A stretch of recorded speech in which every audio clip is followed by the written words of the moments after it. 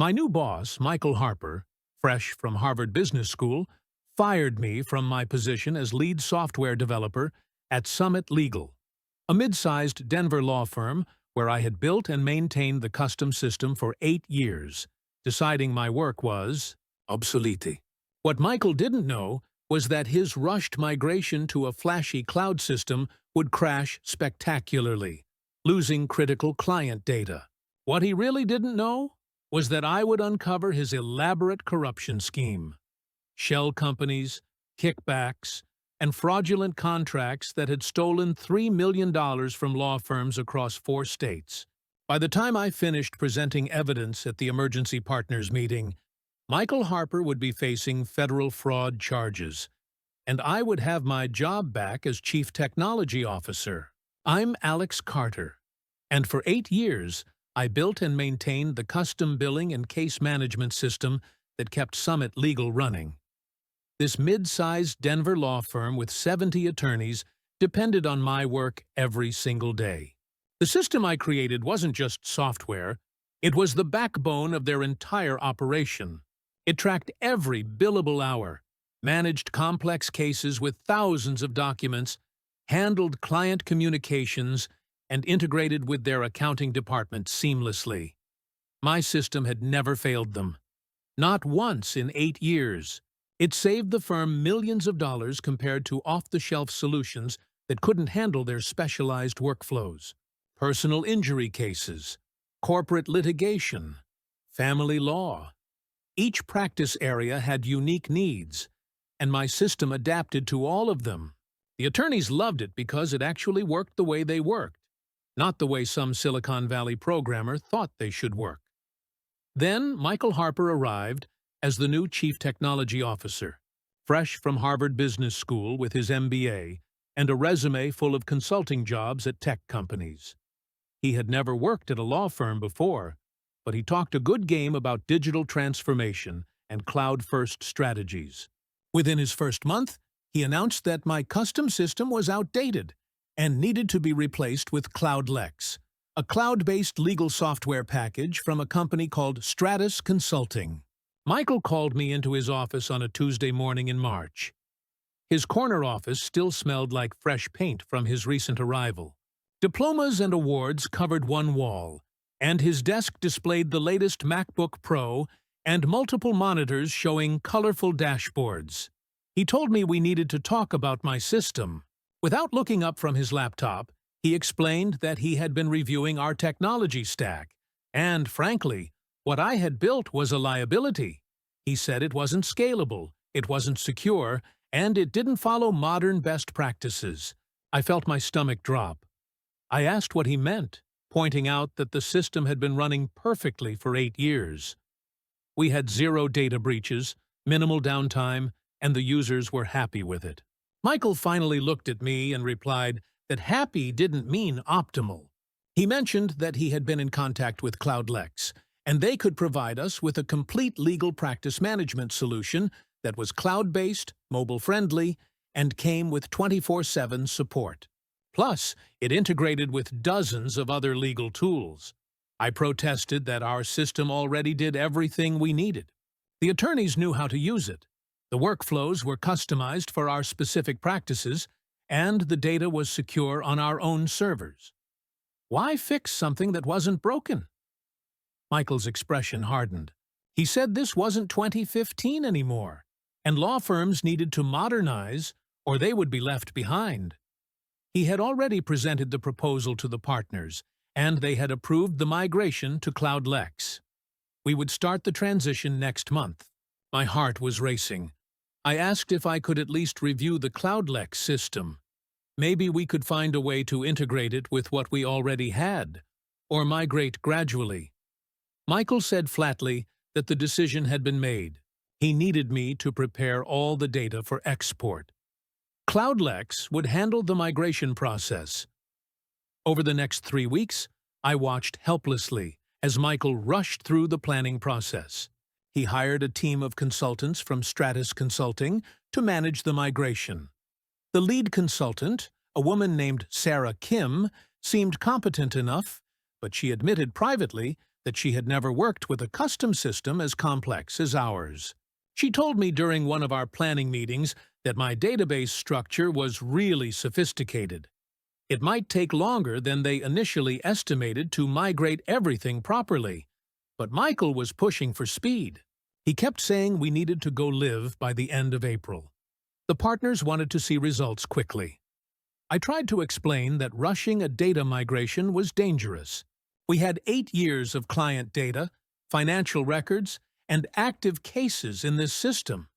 If something went wrong during the migration, we could lose everything. Michael replied dismissively that backups were for that purpose. Besides, CloudLex had enterprise-grade security and reliability. It was much better than anything I could build in-house. The final blow came on a Friday afternoon. Michael called me into his office again, this time with HR representative Linda Martinez present. Michael said he was afraid they were going to have to let me go. With the migration to CloudLex, they wouldn't need a full-time developer anymore. CloudLex provided all the technical support they needed. Linda handed me a folder containing my severance package. I would receive 4 weeks of pay, and my health insurance would continue for 3 months. I stared at them in disbelief. I asked if they were firing me right before the migration. Who was going to help if something went wrong? Michael said CloudLex had a professional services team. They would handle any issues that came up. I pointed out that they didn't know our data, our workflows, or our business rules. I had built this system from the ground up. I knew every table, every relationship, every piece of logic. Michael said he was sorry, but the decision was final. I needed to pack up my things and turn in my access cards by 5 o'clock. I walked out of that office feeling numb. 8 years of my life. 8 years of building something I was proud of. Dismissed like it meant nothing. But as I cleaned out my desk, I had a sinking feeling that Michael was making a huge mistake. My phone started ringing at 6:30 a.m. on the Monday after CloudLex went live. It was Jennifer Martinez, the senior paralegal I had worked with for years. She said, "Thank God," I answered, her voice tight with panic. Something was wrong with the new system. Half their cases were missing, and the billing data looked completely wrong. I was still in bed, but I sat up immediately. I asked what she meant by missing. She explained she was looking at the Rodriguez personal injury case, the one that was going to trial next month. All the depositions were gone. The medical records, the expert witness reports, everything. It was like they never existed. My worst fears were coming true. I asked about the backups. Had they restored from the backup? Jennifer said Michael thought there was no need to panic. He believed it was just a display issue, and CloudLex support would fix it remotely. I told Jennifer to listen to me carefully. This wasn't a display issue. If the data wasn't showing up, it meant the migration had failed. She needed to tell David Chen to shut down CloudLex immediately and restore the backup of our old system. Jennifer said she had tried calling Michael, but he wasn't answering his phone. He had left for a conference in San Francisco that morning. Of course he did. Run the migration, then leave town when things go wrong. Over the next hour, I received calls from 6 different attorneys and paralegals. The pattern was clear. CloudLex had lost massive amounts of data during the migration. Client files were incomplete or missing entirely. Billing records were corrupted. Time entries from the past month had vanished. The Rodriguez case Jennifer mentioned was just the tip of the iceberg.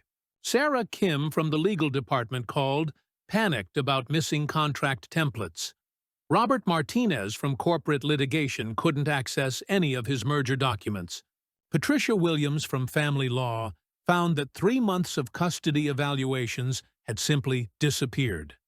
Each call painted a more devastating picture of the system failure. At 8 a.m., my phone rang again. This time it was David Chen, the managing partner. David said he knew Michael had let me go, but they had an emergency. Could I come in? They would pay me as a consultant. I asked what the situation was. David explained that Cloudlex was a disaster. They couldn't find half their client files, the billing system was showing impossible numbers, and they had 3 trials starting that week. Michael was unreachable, and Cloudlex support was telling them it would take 48 hours just to diagnose the problem. The firm was essentially paralyzed. I was already getting dressed. I told him I would be there in 30 minutes. Walking back into Summit Legal felt surreal. Just a week ago, I had been escorted out like a criminal. Now they needed me desperately. The office was in chaos. Attorneys were standing around in small groups, talking in hushed, worried voices. Paralegals were frantically searching through paper files, trying to reconstruct electronic records. The receptionist looked overwhelmed, fielding angry calls from clients whose cases seemed to have vanished into thin air. Jennifer met me at the door. She said she had never been so happy to see anyone in her life. Could I fix this? I told her I didn't know yet. Let me see what we were dealing with. The first thing I did was log into the old system, which thankfully was still running on the backup server. All the data was there, intact and accessible. The problem was that Cloudlex had botched the export and import process, corrupting or losing data along the way. The migration had been rushed so badly that basic data relationships had been severed. I spent the next 4 hours doing digital forensics, comparing the old database with what Cloudlex had actually imported. The results were horrifying. About 30% of the client data was missing or corrupted. Financial records were scrambled beyond recognition. Document attachments had been lost entirely. Even the data that had transferred correctly was displaying incorrectly due to field mapping errors. David found me hunched over my laptop, surrounded by printouts and notes. He asked how bad it was. I told him it was very bad.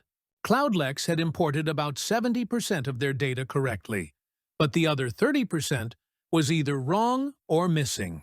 The billing system was completely unreliable. Some clients were showing negative balances. Others were showing bills for work that was never done. The time tracking system had collapsed entirely. David's face went pale. He asked if I could fix it. I explained that I could restore everything from our backup, but it would take time. The good news was that we hadn't lost any data permanently. The bad news was that Cloudlex couldn't handle our data structure properly, and they would need to abandon it entirely. David asked how long it would take to get everything back to normal. I said if I worked around the clock, maybe 48 hours to get the critical systems running. But David needed to know something. This wasn't just a technical failure. Someone had rushed this migration despite clear warnings that it wasn't ready. David's expression darkened. He asked what I meant. I explained that Michael had pushed this through against my advice and the advice of the Cloudlex consultants. Sarah Kim had told me privately that they needed more time to do the migration properly, but Michael had insisted on the April deadline. David asked why he would do that. That was the question that had been bothering me all morning. Why would a supposedly smart MBA push through a risky migration and then disappear when it failed? I worked for 18 straight hours that first day, rebuilding the core systems that Summit Legal needed to function. The attorneys had trials starting, clients to bill, and deadlines to meet. Every hour the system was down cost the firm money and credibility. By Tuesday evening, I had restored the client database and the document management system. The attorneys could access their files again, and the panic in the office was starting to subside. But I was exhausted, and I knew there were still days of work ahead.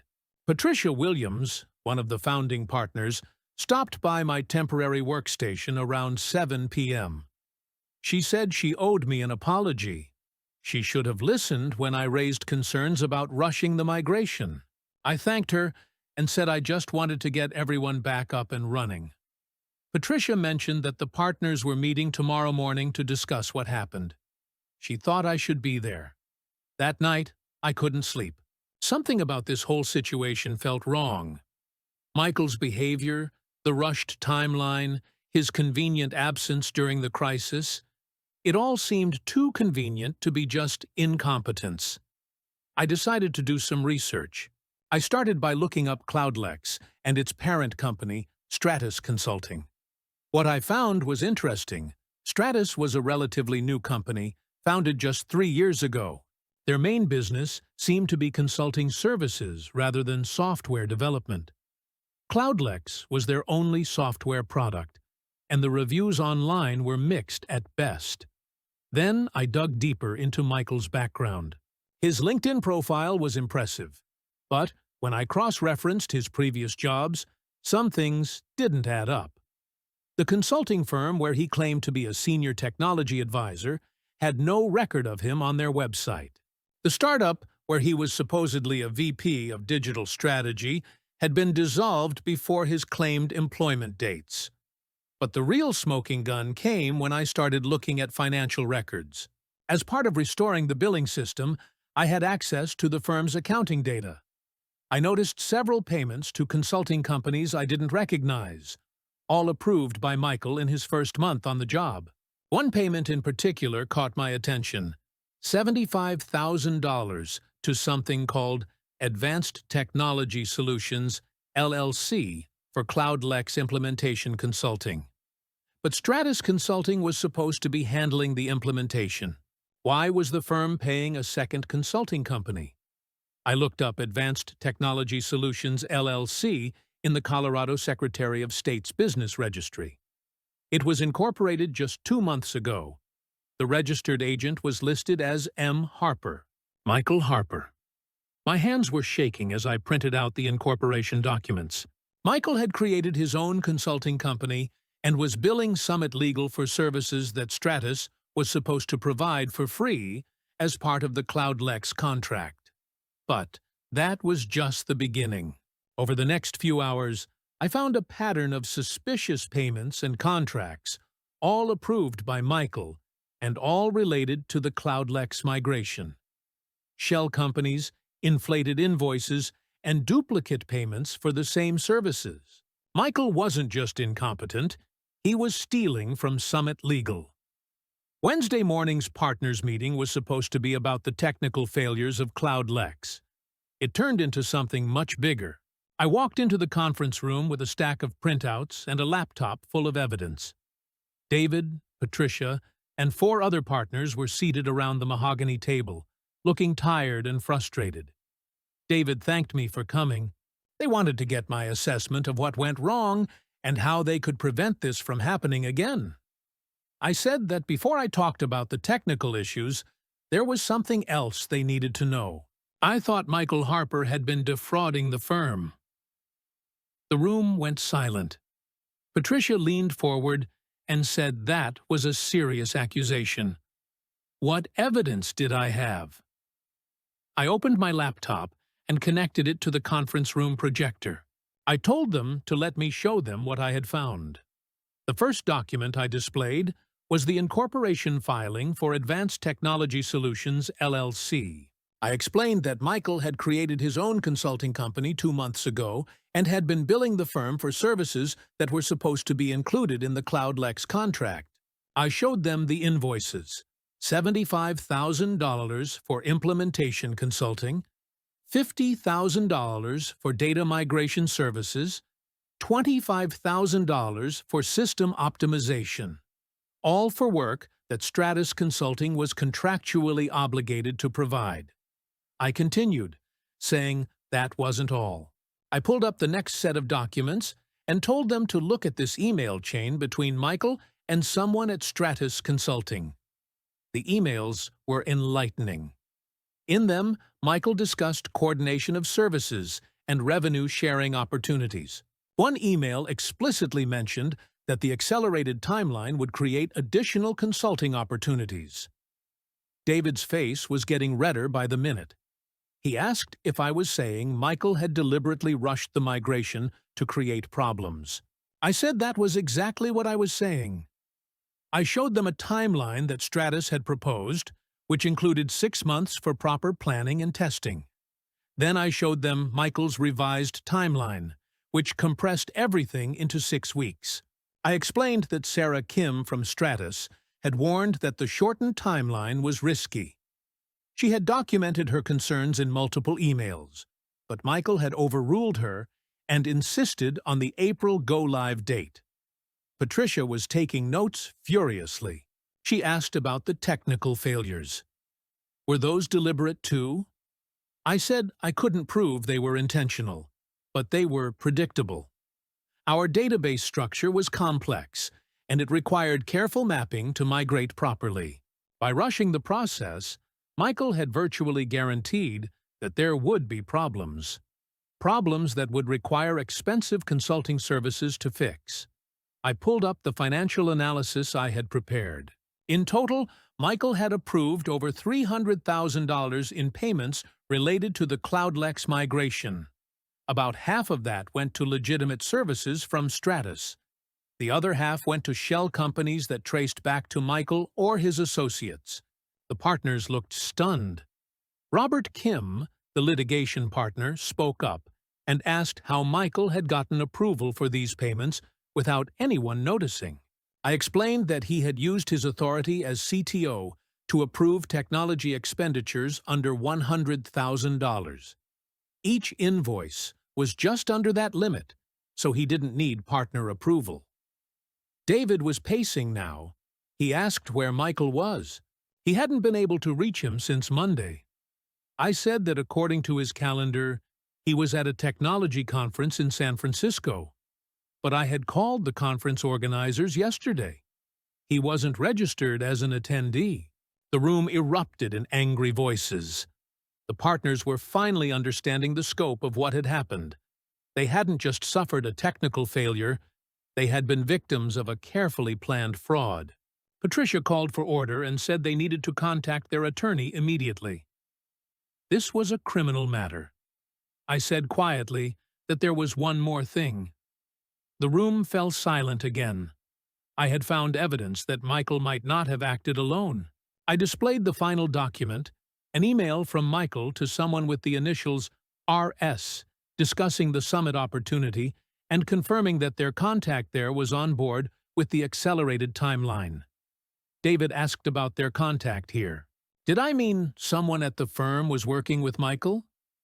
I said I thought so, but I hadn't been able to identify who it was yet. The partners exchanged worried glances. The possibility that one of their own colleagues was involved in the fraud added a new layer of betrayal to an already devastating situation. The partners voted unanimously to hire a forensic accounting firm and to put Michael on immediate suspension pending investigation. They also asked me to continue working as a consultant to restore the systems and assist with the investigation. Over the next week, I worked closely with the forensic accountants to trace the money trail. What we found was even worse than I had initially discovered. The fraud wasn't limited to the CloudLex migration. Michael had been systematically overcharging the firm for various technology services since his arrival. Software licenses that should have cost $10,000 were billed at $25,000, with the difference going to shell companies. Hardware purchases were inflated by 100% above market rates. The total theft was approaching $500,000 over just 4 months. But the identity of Michael's inside accomplice remained a mystery. The emails I had found were vague, and the financial records didn't clearly point to any specific partner or employee. The breakthrough came when I was restoring the email server backup. I discovered that Michael had been using an encrypted messaging app to communicate with someone inside the firm. While I couldn't decrypt the messages, I could see the timestamps and frequency of communications. By correlating the message timestamps with the firm's calendar system, I identified periods when Michael was exchanging messages with his accomplice. Then I cross-referenced those times with the calendars of all partners and senior staff. One name kept appearing: Thomas Bradley. the firm's chief financial officer. Thomas had been with Summit Legal for 12 years. He was quiet, competent, and trusted by everyone. He had access to all the financial systems and the authority to approve payments. He was also the person who had recommended hiring Michael in the first place. But I needed more proof before making another serious accusation. I spent 2 days analyzing Thomas's email patterns, his approval history, and his financial transactions. Slowly, the evidence accumulated. Thomas had approved every one of Michael's fraudulent invoices without the usual scrutiny he applied to other expenditures. He had expedited payments to the shell companies, often cutting checks within 24 hours instead of the usual week-long process. And most damning, he had received several payments from one of the shell companies, disguised as consulting fees for financial advisory services. Thomas Bradley wasn't just enabling Michael's fraud, he was profiting from it. By Friday afternoon, I had assembled a comprehensive dossier of evidence against both Michael and Thomas. The forensic accountants had confirmed my findings and recommended immediate action to prevent further losses. David called an emergency partners meeting for that evening. All 7 partners would be present, along with the firm's outside counsel and the lead forensic accountant. Thomas was not invited.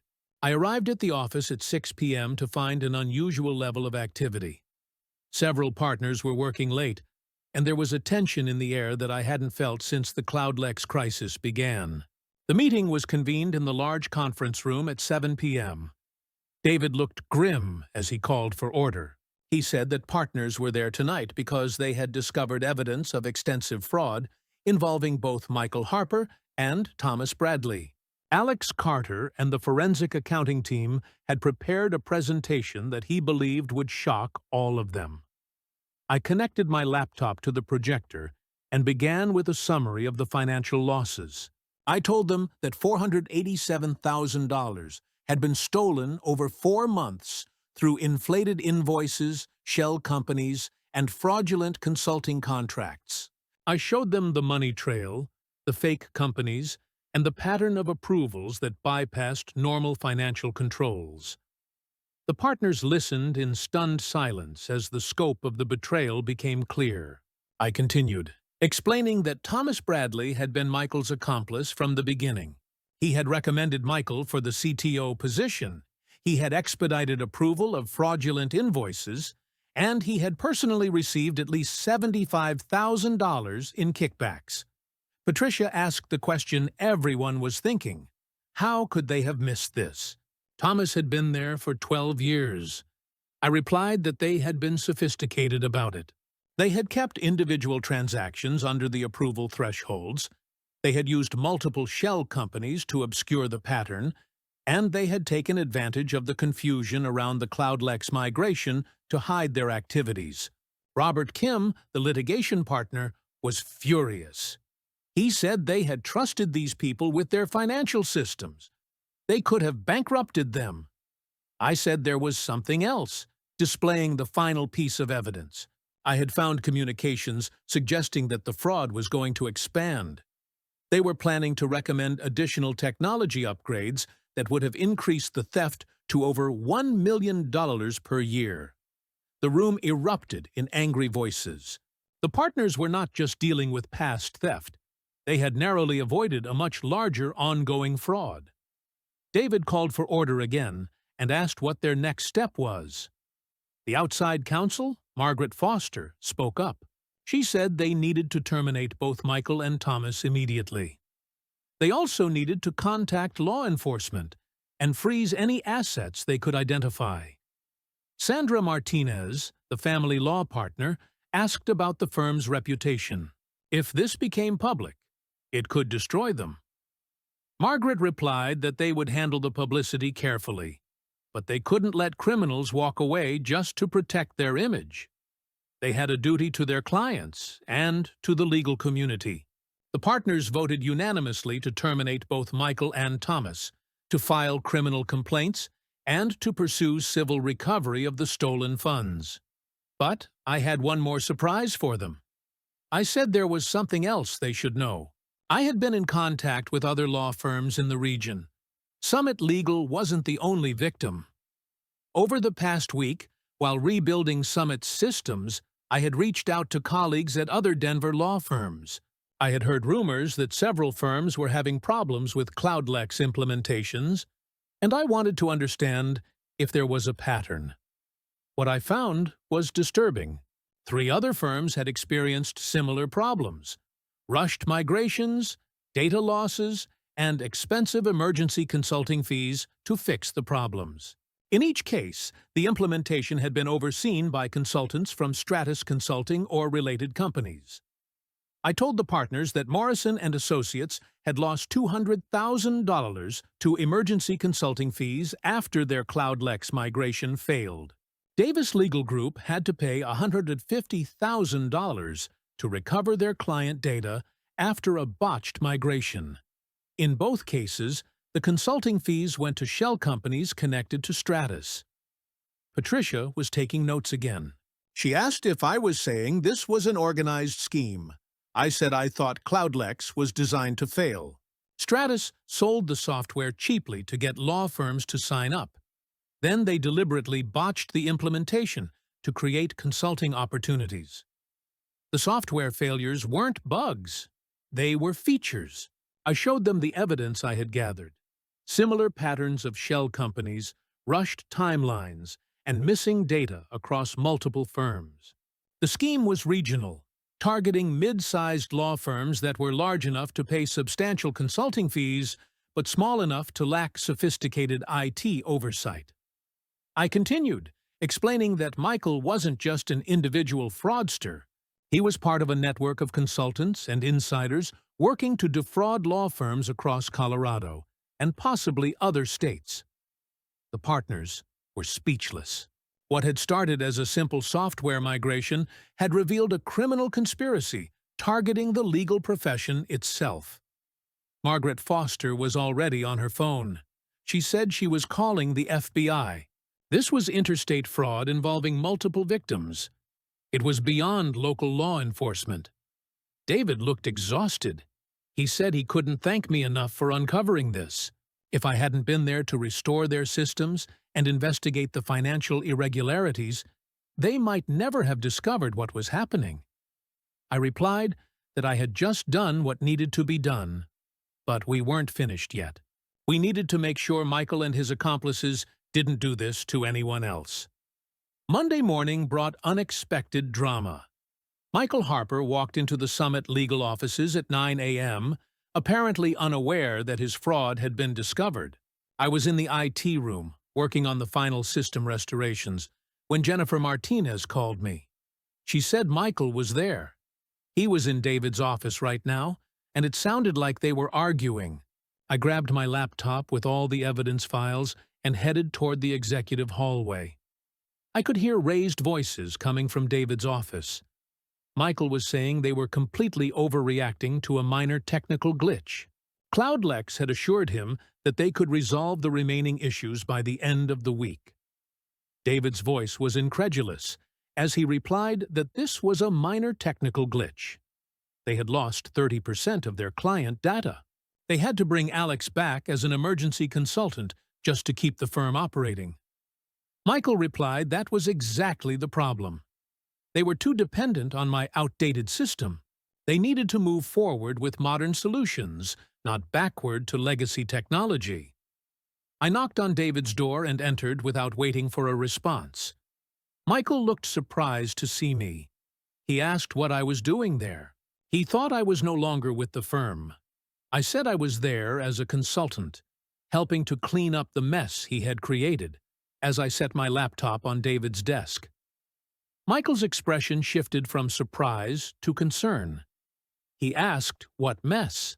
The CloudLex migration was proceeding according to plan. I asked if it really was, opening my laptop and turning it toward Michael. Then how did he explain Advanced Technology Solutions, LLC?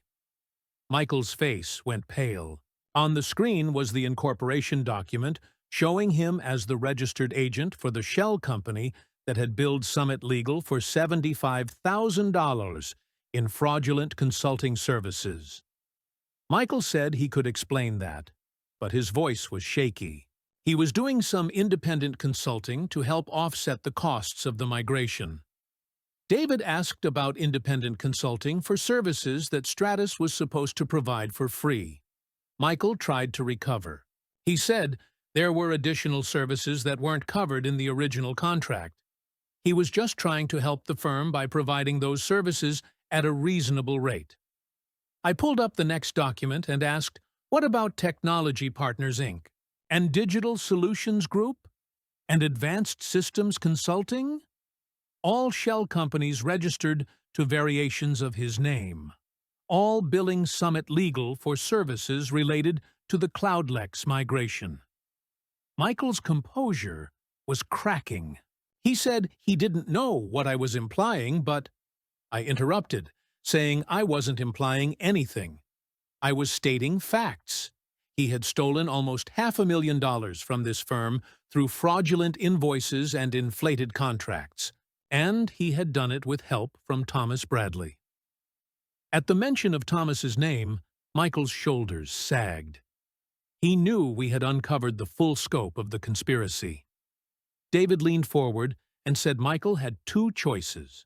He could cooperate with their investigation and possibly reduce the criminal charges he was facing, or he could continue lying and make things worse for himself.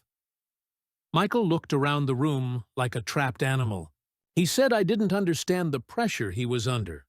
The partners had wanted results quickly, and CloudLex wasn't ready. He was just trying to make the best of a bad situation.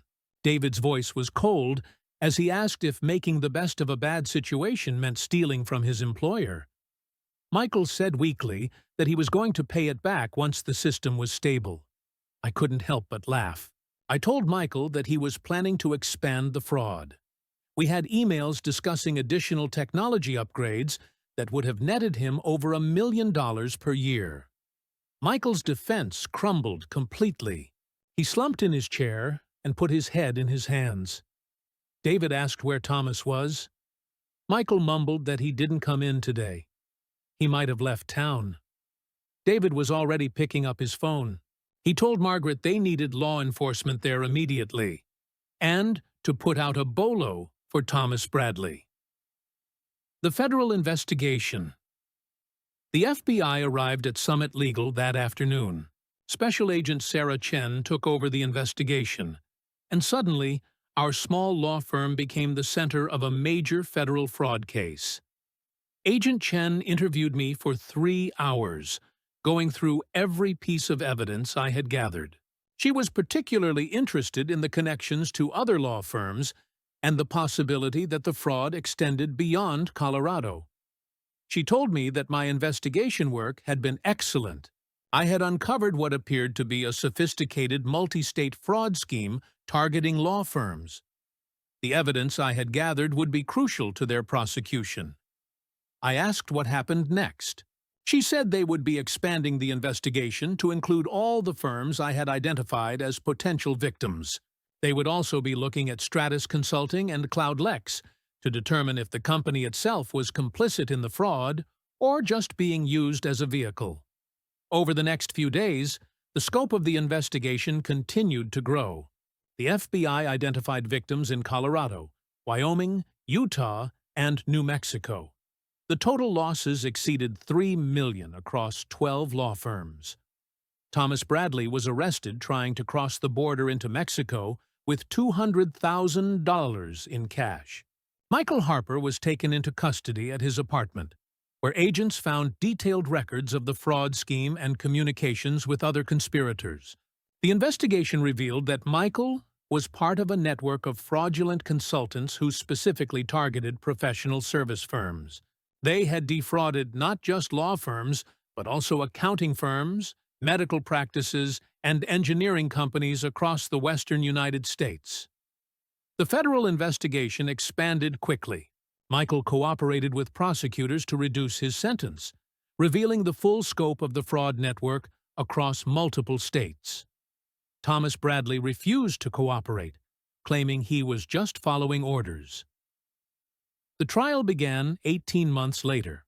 I testified for 2 days, walking the jury through the evidence I had uncovered. The prosecution showed how Michael and his co-conspirators had deliberately targeted law firms, sabotaged implementations, then charged excessive fees to fix the problems they created. Michael Harper was sentenced to 5 years in federal prison, Thomas Bradley to 7 years, and ordered to pay $2.3 million in restitution. Michael Harper received 5 years as part of his cooperation agreement. The Stratus Consulting executives received sentences ranging from 3 to 8 years. Summit Legal recovered most of the stolen money and brought me back as their chief technology officer. The system I built 8 years ago is still running at Summit Legal. It works reliably every day, something that actually works, rather than flashy promises hiding corruption underneath.